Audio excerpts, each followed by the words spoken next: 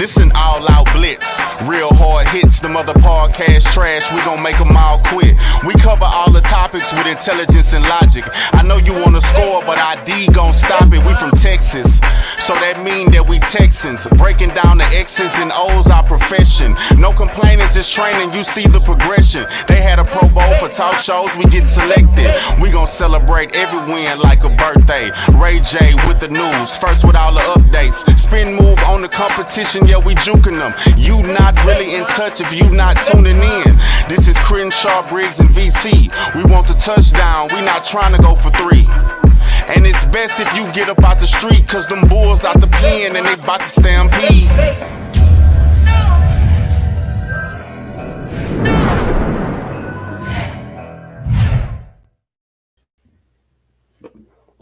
How's it going? How's it going? How's it going? We freaking won. Unbelievable. Unbelievable. Did not think that was going to happen. I was telling everyone we didn't have a fucking chance in hell. And all of a sudden, the Texans come out, rock the Jags in their home, and just put them on their asses. Crenshaw, tell me how you feeling. I feel good. I don't know why, we second guessed ourselves throughout the week because we own the Jags. We've been on the Jags since their Legion of Boom, since their Duval days, Saxonville and all that. We've been owning them since then. But I feel real good, man. I mean, all three phases of the field helped out. We played a complete game. No mistakes by the quarterback, offensive line to give up a sack. I think only had 3 quarterback hits, and that's without, most of our interior line and everything. The running game is still suspect, but CJ is looking like him, as you guys say.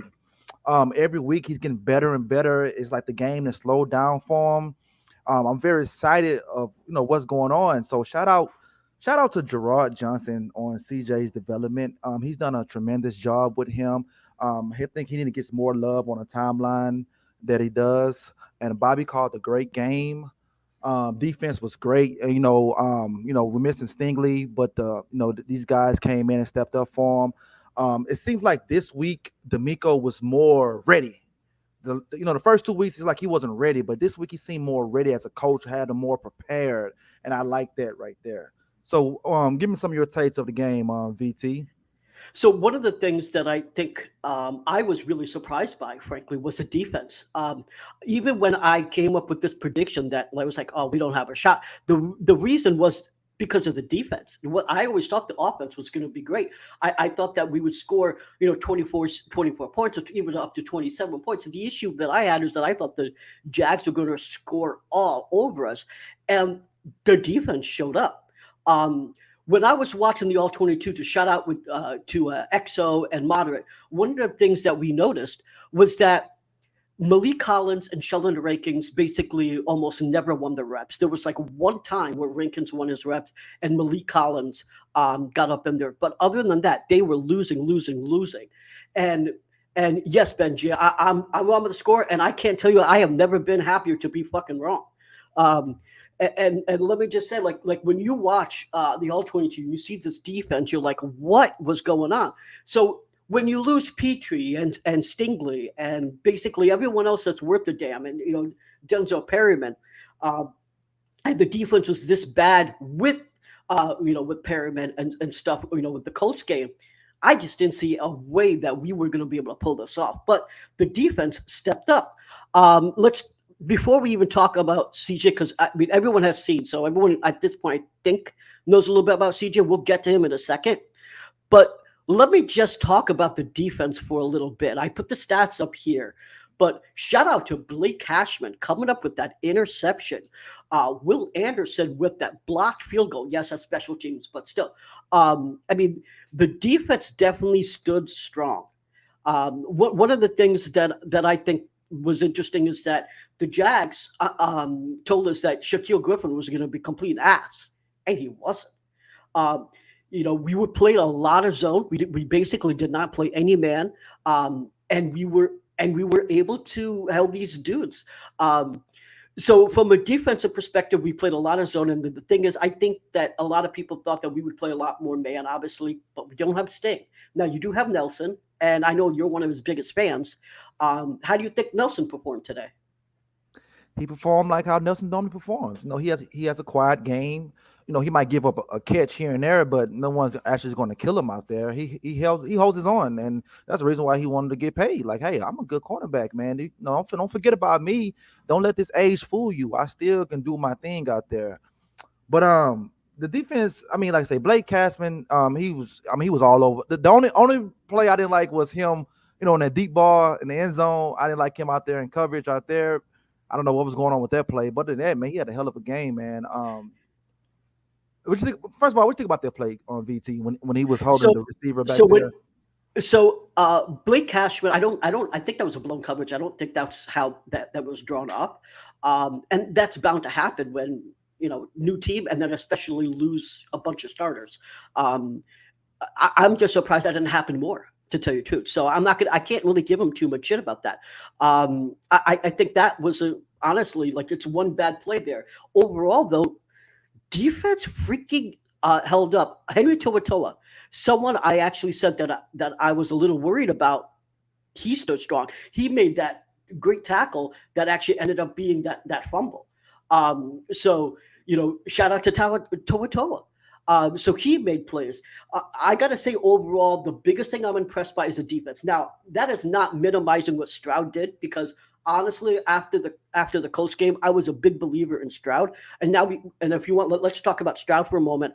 I put this up here um, because I wanted to show the difference between the week 2 and week 3, because obviously we have to give CJ's props, but we also have to give props to Bobby Slowick and as you mentioned, the quarterback coach, right? So here's how Bobby Slowick changed. Now, the Jags cut off everything between the hashes. Now you can see how many times he was hitting um, anyone between the hashes. Usually it was Nico Collins when we're talking about that, right? That was all Nico mostly. And if you look at week 3, they shut that down. So he changed the game plan. They did. If you look, there is not one throw that's between the hashes. And last week it was I can't even say majority, but very heavily hit the between the hashes. So they basically changed. They were like, all right, if this is what the defense thinks we're going to do, because we did this all last week, we'll switch it up, and that's what they did. And that's something that you have to throw up to Bobby Slowick, because he didn't just continue doing the same thing over and over again, which is what Pep Hamilton used to do. If the defense didn't give him something, he would still try to do it. This is where you have where it's positive, where you have a play caller that can change the game plan, where what they wanted to do isn't given by the defense. What By looking at these charts, what's your biggest takeaway?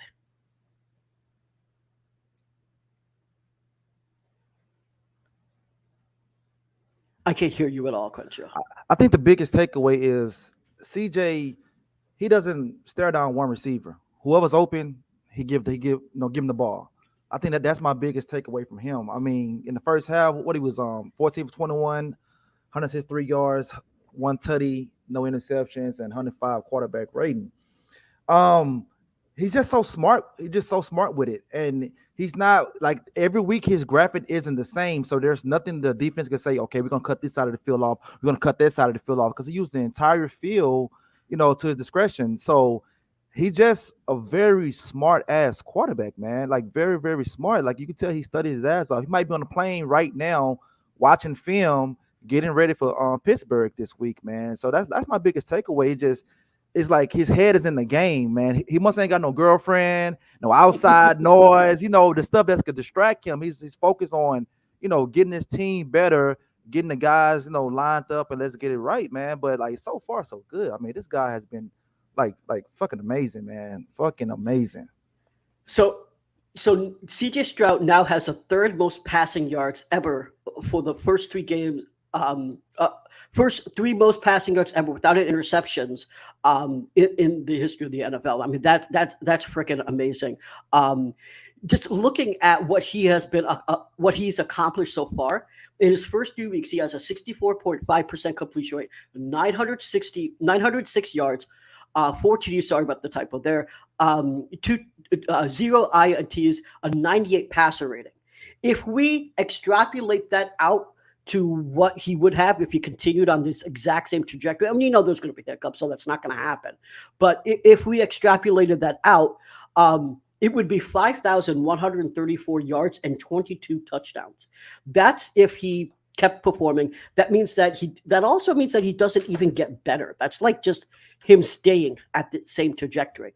Now, that is a crazy trajectory, right? Like getting 5,000 yards in your rookie year. I think that we have the potential for him to actually get more than 22 touchdowns. I don't think he's going to surpass 5,134 yards, though, because there's going to be games where he has hiccups. I think the efficiency in the red zone is going to get better. I think he's going to throw more tutties. What do you think about that? Yes, once the run game comes back, he's going to throw more tutties because you can do the play action more. The play action hasn't been working because they don't respect the run game. So you have the free blitzers hitting his ass every time.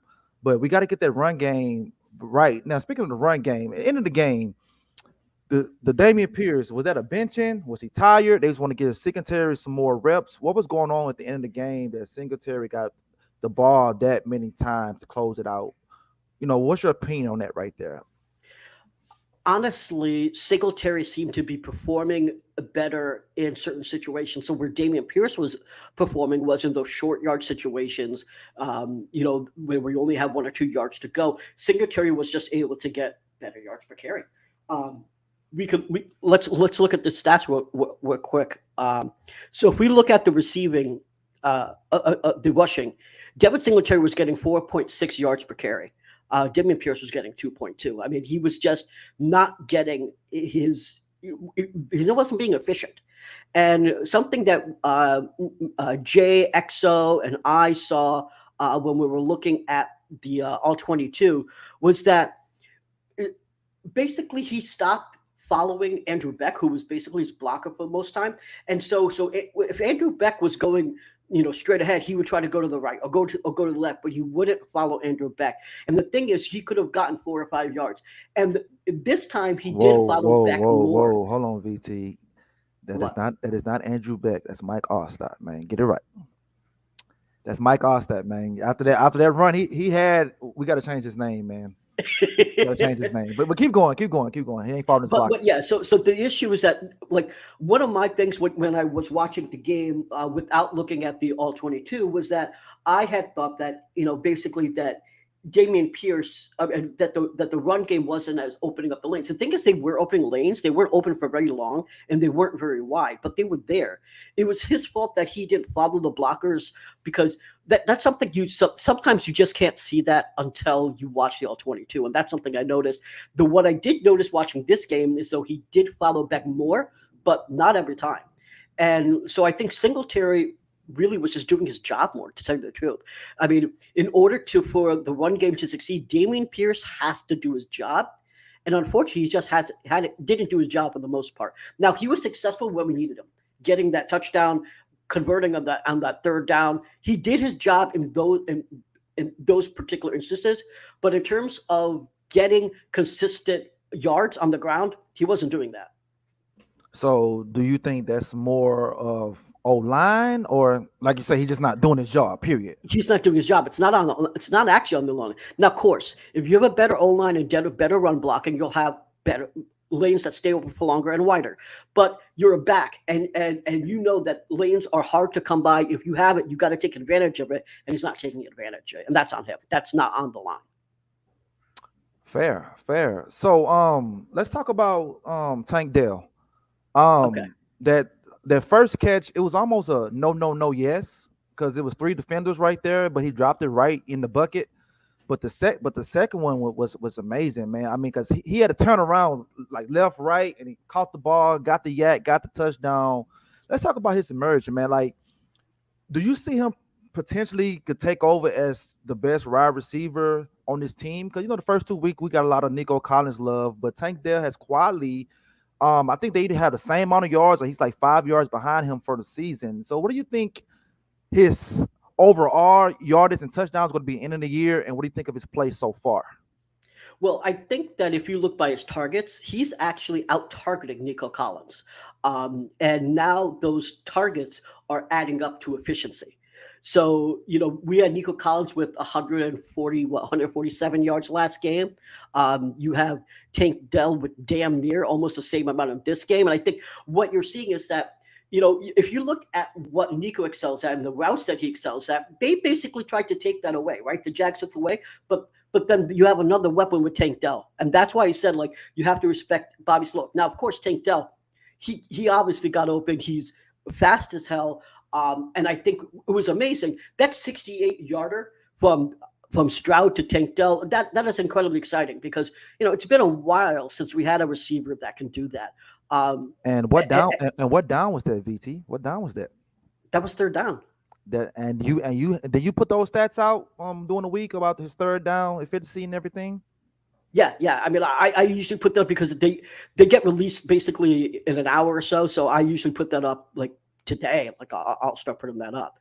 But I mean, the thing that's amazing to me is that the receiving room, whether it's Nico Collins, whether it's Tank Dell, Robert Woods. Like, let's talk about Robert Woods. Like, I know a lot of people did not like the signing of Robert Woods because of the cost, and he was old and he didn't do too well in Nashville. But he's been very, very important on third downs. So as much love as I want to give to Tank Dell because he's amazing, and I think that he's out targeting Nico. I think he really is, for now at least, he's the wide receiver one. And these labels, I think, in all reality, are probably pretty meaningless because I think there's going to be weeks where Nico's a wide receiver one. I think there's going to be weeks where Tank Dell is, and I think there's even going to be weeks where Robert Woods is. So I think this label of is he a wide receiver is probably pretty meaningless. But for today, he was a wide receiver one. Seems fair.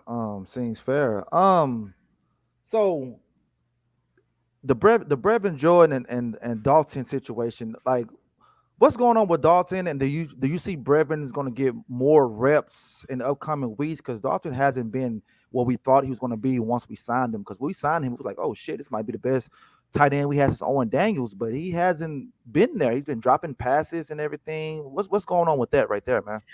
Well, one of the things that I noticed, which I didn't even acknowledge at all when I watched the game last week, was that Brevin Jordan had two amazing blocks that don't show up on the highlight reel because those plays didn't really amount to anything to be highlight worthy. But he won one, and he's not known as a blocker. In fact, he's known as a tight end that doesn't block, and yet he had two huge blocks last week. So I think he's going to get more and more time because if you can block and you can catch, he hasn't dropped a single target. He's caught every single ball that's gone his way for the last 2 weeks. Now, of course, that's only 4 times, but he's caught every single one. Dalton Schultz has not. Dalton Schultz missed a crucial catch last week. He missed one this week. To me, he's the most. I mean, listen, we have so much good stuff going on. I don't necessarily want to be negative, but he's the most disappointing player that we've added because I really thought that he was going to be amazing. Like I was expecting a 750, 100-yard season. At this point, if he doesn't improve, I wouldn't be surprised if he only has a 300 or 400-yard season. And potentially, maybe this is the reason why the Cowboys weren't that big on signing him. Maybe Dak made Dalton Schultz what he is. I don't know.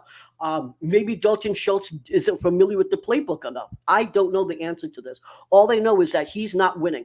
Now, I will say he is a willing blocker, and he won a bunch of his blocks too. So he's probably going to get time if he continues to keep blocking. But he has to get on the same page with CJ.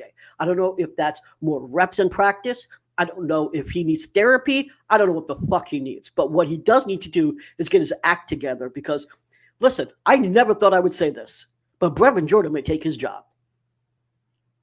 I thought maybe you would say TQ would take his job, but Brevin Jordan, who we thought would be possibly cut, he made the squad. I mean, he didn't much play in the preseason, and he made the squad, and he could fuck around and take Dalton's spot. That's crazy, man. So, one of the biggest knocks, coming into the season on CJ and, throughout the season was, under pressure. He's under pressure. He's not as good. But today he was pretty good, man. I mean, under pressure, he had a 125 quarterback rating, and no pressure, he had a 114 quarterback rating. That's very, very interesting. That's more of this guy is getting better and better as the game goes on. But it just, okay, this is my question to you. Why this week this offensive line didn't give up no sacks, but the first 2 weeks we gave up 11 sacks.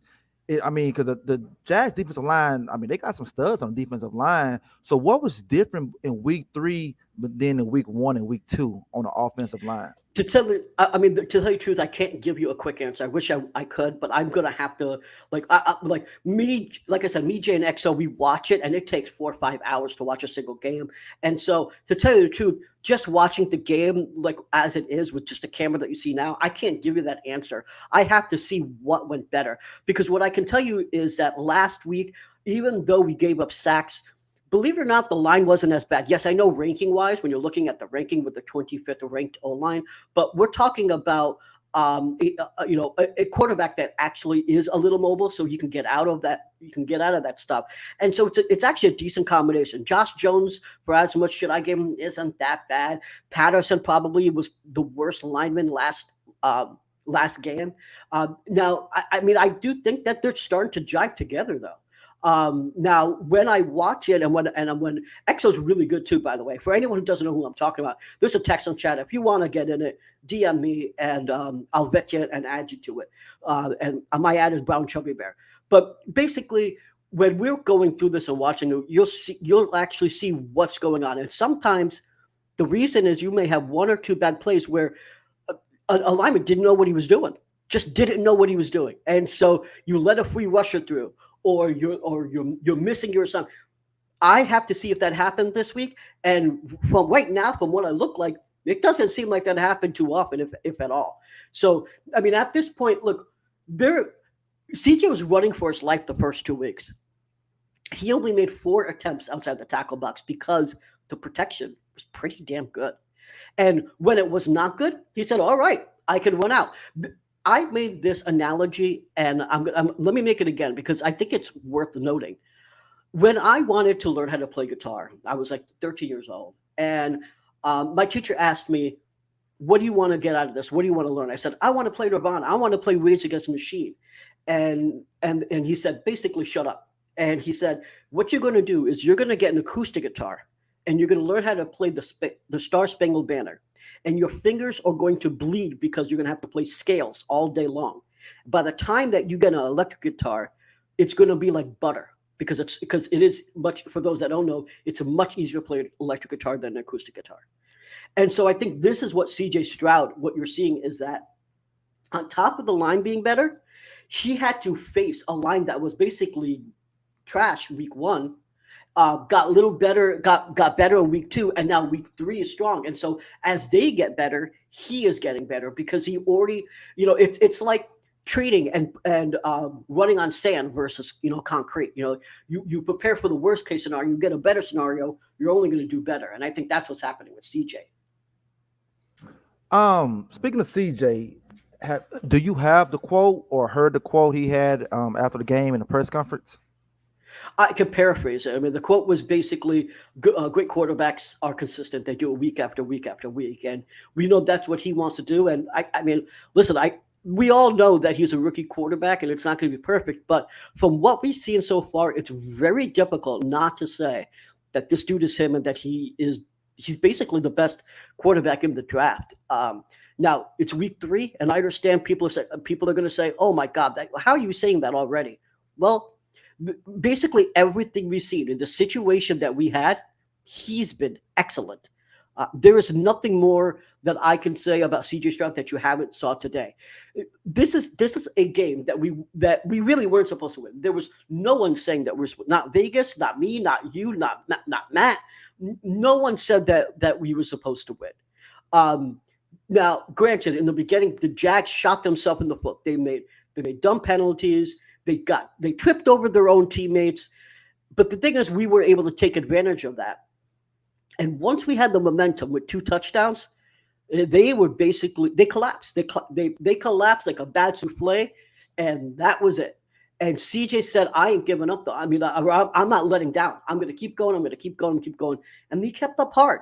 And this game, though, obviously, you got to give the fair love to CJ. But on this game, unlike the Colts game, it wasn't just CJ and his receivers.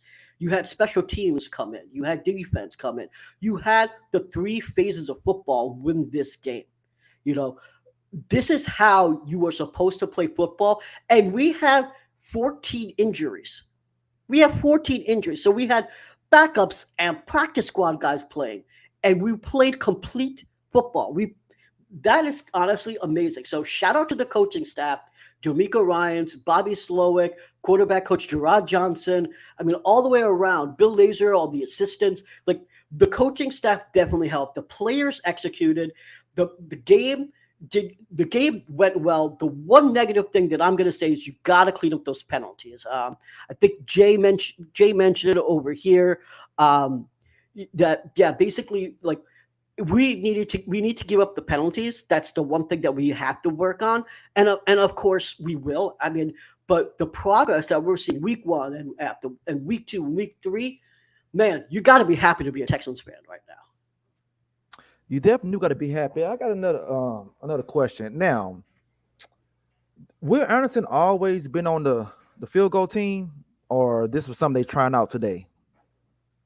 Honestly, I don't remember because when I watch Ultimate Team, most of the time we skip it. To tell you the truth, we don't necessarily pay attention to it because it's special teams. I mean, it's not something that you normally pay attention to. So unfortunately, I can't even answer that question. Okay, well, that's something got to go back and check out the first 2 weeks. Has he always been on the field goal squad? So, do you think Jimmy Ward coming on the field is like another coach to D'Amico helped out the defense because we need our safeties and do you think that was like the big deal today? The reason why those guys was playing better, or they were just in the film room just studying and getting ready for Trevor Lawrence? Absolutely. So in that article that I wrote, which I know everyone got mad at the title that we didn't have a shot, but if you actually went in and you read some of the things, one of the things I said is that we have lots of practice squad and backups, and we need Nelson and Ward to step up as captains and lead these guys into victory, or at least lead them to develop. And I think that's what he did. Ward and Nelson did do those things. So, it's not just Ward, but it's Nelson. It's both of them. I think both of them commanded that secondary because they knew that they lost a lot of talent. Petrie and Stingley are huge losses to that secondary. And the fact that I can't say you didn't miss them because we would have seen a lot of things differently, but the fact that we were able to be good, if not great, is outstanding. And yes, a lot of that goes to D'Amico, as well as Nelson and Ward. Okay, so speaking of that article, you had that article and you made the post earlier about we have no chance, and that got a lot of backlash on Texans Twitter. So, I made a statement earlier saying that, we win the game, you're going to come on the pod and make a public apology. So are you going to man up to that, or are you going to flake on us right now?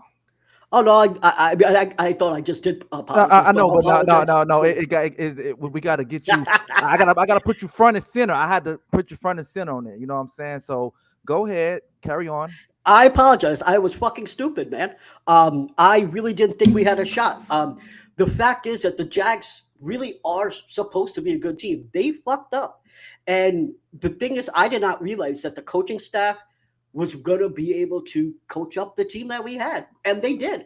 The coaching worked out. The players executed. CJ Stroud was phenomenal. Basically, besides the penalties that we had, we fucking did great. Now, of course, there's things that you can say you want to do better. You want to get the run game going. We have to be more successful in the run game. We can't have a game with less than 100 rushing yards, because when we play against teams that aren't fucking up the way the Jags fuck up, it's not going to let us win. We did not win time of possession. We did not have more first downs. What we did excel in is third down conversions. You know how I always keep talking about how important third down conversions are? So third down conversions, the reason why they're important, they are considered the biggest statistic of how teams can win. The Jags, they honestly didn't do horrible compared to what we were last year. Last year we were at 30%. They were basically at 38%. We were damn near, not 50, but damn near close to it. So the thing is, let me see if I can find the exact. Okay. Oh, no, sorry. We were 60%. I'm sorry.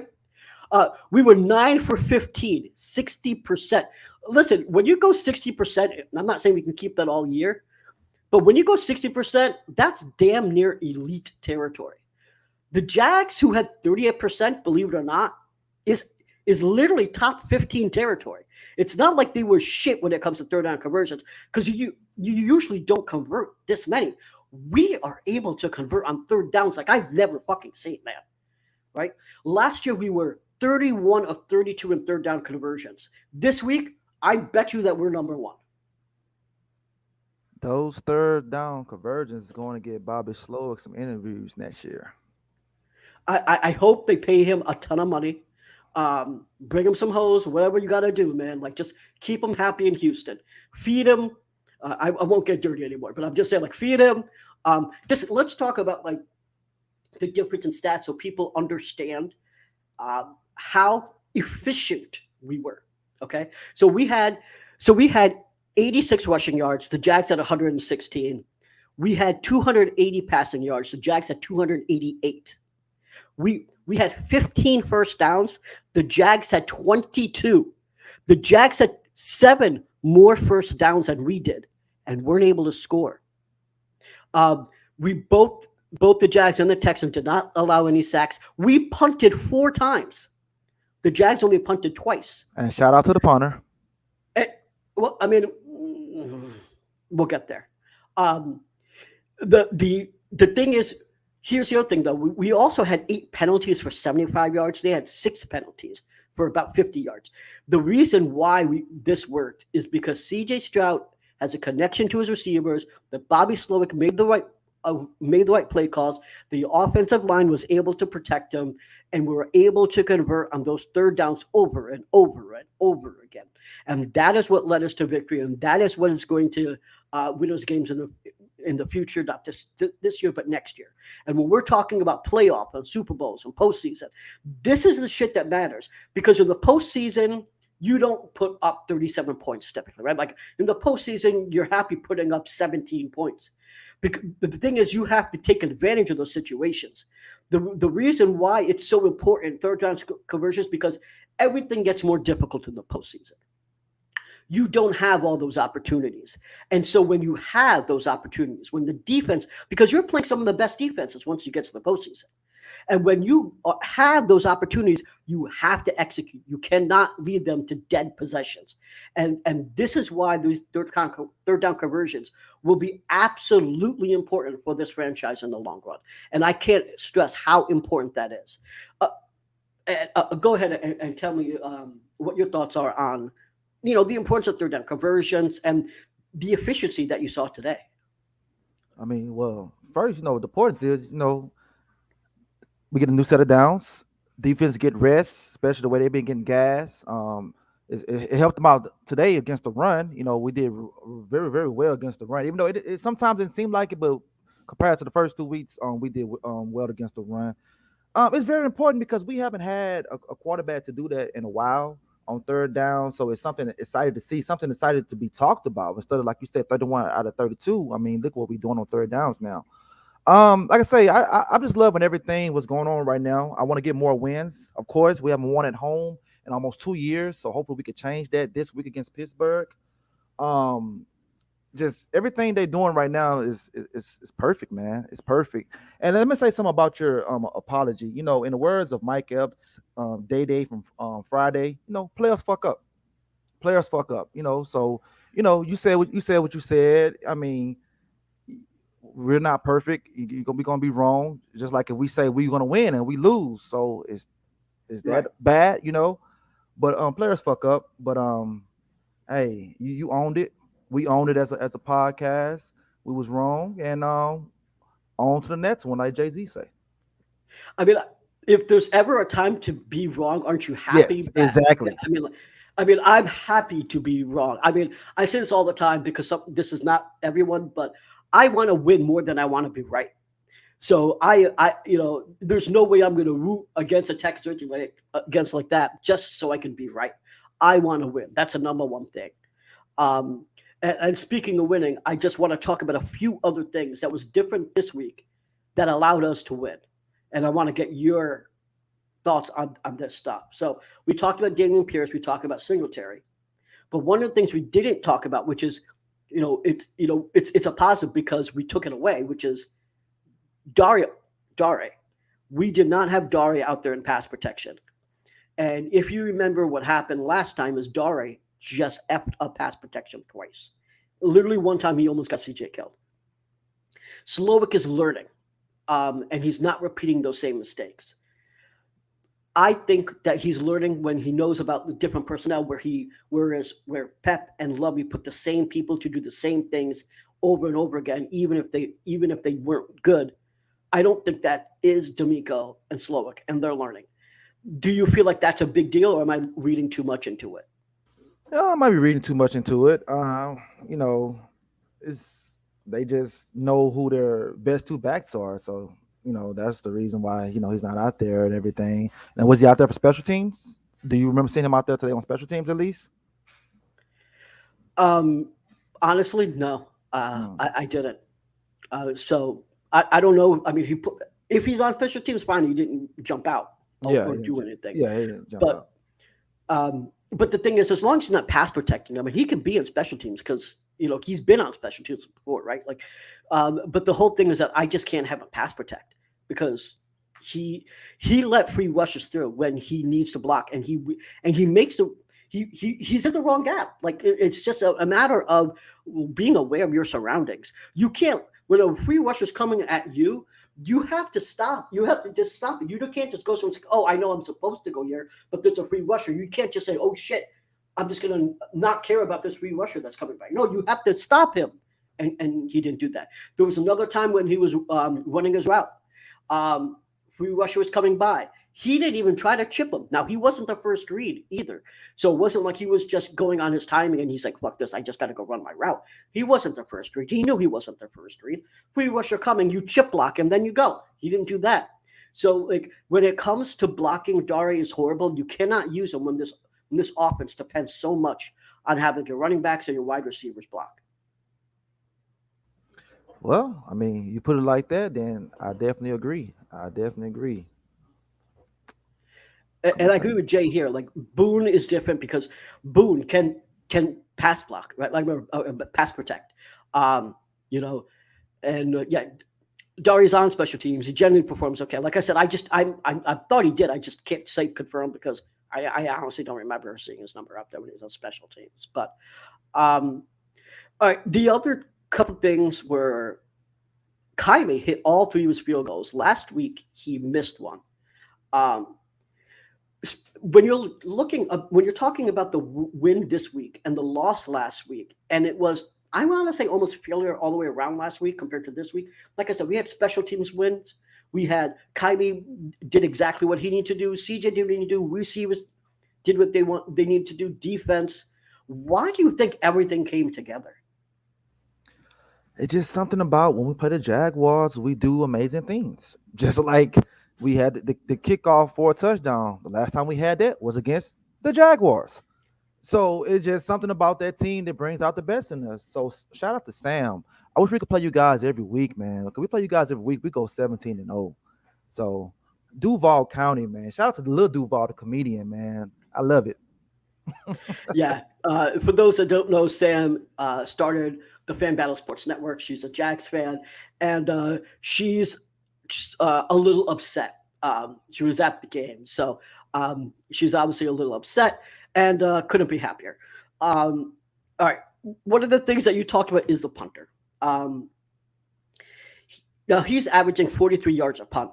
Cameron Johnston usually averages close to 60. Excuse me. He hit the inside of the 20 once. Cam Johnson usually hits that basically every 2 to 3 times. Every 2 out of 3 times, 75% of the time or something like that. Like, it's insane how good our starting punter is. So I'm not necessarily shitting on Zenter. I mean, like, he's a backup punter. But, I mean, honestly, just think about it. When all these guys are healthy, when Cameron Johnson comes back, Titus Howard, Tunsil, Scruggs, I mean, Stigley, when he comes, I mean, like, when the whole team is back, and if we're this good now, what are Are your expectations for the Texans this year the same as it was when we read that schedule release, or do you have bigger, larger, um, larger inspirations now? Like, do you think that we could do something more than your initial prediction of wins this year? The only way we could do something more if the division be the division, which is always shaky. And right now it's shaky. Now the Colts won today, but right now it's still shaky. Everybody else is 1-2. I still have a 6-7 wins team. I think the most important thing is just CJ. If CJ continues to do what he do, then next year off season where you have all the money, now you can add more weapons to him, more weapons for D'Amico, and go into the draft and get the guys you need. And then my expectations will be a lot higher next year than it will be this year. But anything can happen. Anything can happen. Like today, any given Sunday, anything can happen. But my expectations still the same. 7 wins, leave it at that right there. And I think CJ probably win Rookie of the Year. And if he wins Rookie of the Year, that would be like so great for the team, for the organization, because no, we've been getting shitted on for the last couple of years. So that's something good to talk about all summer when we having that football drought, when we like, oh damn man, football season, shit, blah blah blah. So it's something good to talk about. I mean, to me, it's amazing that not only do we have that, we know that we got our quarterback, that I think well, at least I think we got a quarterback, right? I'm sure some people are still like, wait. But the fact is, I really thought that it was going to take a long time for him to develop and for us to actually know whether he is a potential franchise quarterback. And I got to say, week 1, week 2, week 3, do you consider any of those 3 weeks that he had to have even week 1? Do you think he had a bad performance so far? No, he didn't have a backup performance. I think he was just trying to figure things out. Everyone is faster. The noise. Well, in college, the noise is probably louder in college, but everybody's just faster. I think he's just figuring things out. To me, he's having the Justin Herbert type rookie year. He came in and he looked like a veteran right off the bat. And Justin Herbert, I think he won 6 games as a rookie, threw over 4,000 yards, won Rookie of the Year. I think that's what he's going to do this year, for over 4,000 yards, 22, 25 touchdowns. I don't think he's gonna have a lot. I don't think he's gonna have a lot of picks, but I think maybe around by 8, because he's like, he take care of the ball so good. Like when he throws it down, he throws it. Hey, my receiver gonna catch it or the ground's gonna catch it? If I throw it up, he's either gonna jump and get it or go over his head. So he's very careful with the ball, man. But it's just like I say, I'm just really really amazed. I know he's not gonna tell us, what he's doing, but I'm like God damn, man, this guy's really doing his thing, man. And then I like his pregame, warm ups. You saw what he was doing in the pregame, with the basketball, with the golf club and everything. I like that right there, man. So I'm very excited. Yeah, you remember one of the things that Bill Carroll, a friend of the show, said is that anytime you have a quarterback, or actually any football player that plays multiple sports, you know that they will likely be more successful than someone that is not. All things being equal, strength and all that, RES score, all that type of stuff. But when you play multiple sports, you learn different skill sets. And many people don't realize this, but CJ Stroud was a good basketball player back in high school. And he started concentrating on football, but he has an other sport. So I'm very happy, obviously, to have CJ Stroud. I'm very happy to have Nico Collins, Tank Dell, even Robert Woods. I think, like I said before, I do think we need to figure out what's going on with the run game. Is Dameon Pierce going to be able to figure this out? I don't know if it's a mental block. I don't know if he has a fear of the lanes not being there. I don't really know what it is, but he's got to figure that part out. Singletary having 4.6 yards per carry tells me that Dameon Pierce having 2.2 yards per carry means that it's really more on Dameon Pierce than Singletary. And I actually do think he will figure it out. But, that's going to be up to him, his coaching, like Danny Barrett, who's still here from last year, D'Amico, Bobby Slowick. Like, they're going to have to figure that out, because Dameon Pierce is a huge weapon.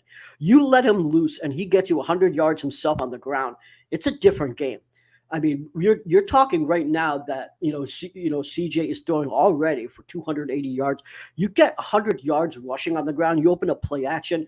You're talking about 350, 400 yards of passing offense. Another Tua in terms of yards once you have the run game going. So, like, we're literally just starting on the surface of what we're seeing CJ capable of doing. I think he's capable of much, much more. The numbers and the throws that he's making are fantastic now, but I see him blowing his own stats out of the water, closer to the end of the year when everything starts clicking together. Agreed. I mean, once it happens, it's going to be a beautiful thing, and Texas Twitter is going to be so lit. It's kind of like, what's that 2017 when but the other guy used to be here, number 4. He had a breakout game against Tennessee, and he went ham in that game. If CJ could put a game like that together, man, hey, look out, NFL world, because we coming, and when we come this time, we will come to stay, not come and go away. I hear that. Well, any last words before we close out and just tell dudes where to find us and stuff like that? No last words. Just great team win. I'm excited. We got the win. Make my Sundays better when we do win. Just you guys keep checking out the pod. Keep reading the articles. We back again this Wednesday at 8 p.m. Central. We would have our third guy with us, Mr. Matthew Bridges, A1 since day one. And hey, keep up the good work, VT. Yes, and so on Wednesday we're going to have Jonathan Wells, OG running back, also OG. huge CJ fan. Cannot wait to have Jonathan Wells on the show. He's actually seen CJ play every single snap that he ever has played as an Ohio State Buckeye. So I am sure, I haven't even looked at my Instagram, honestly, but Jonathan Wells usually goes crazy talking about CJ, and I love it. I love his passion. He'll be on Wednesday. Can't wait for that.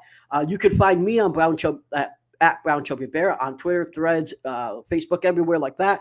You can find my articles at fanbattlesports.com, and you can watch us every Wednesday at 8 p.m. Central on YouTube. Please like, share, subscribe. Talk to you guys later. And on that note, go Texans. This is Crenshaw, Briggs, and VT. We want the touchdown. We not trying to go for 3. And it's best if you get up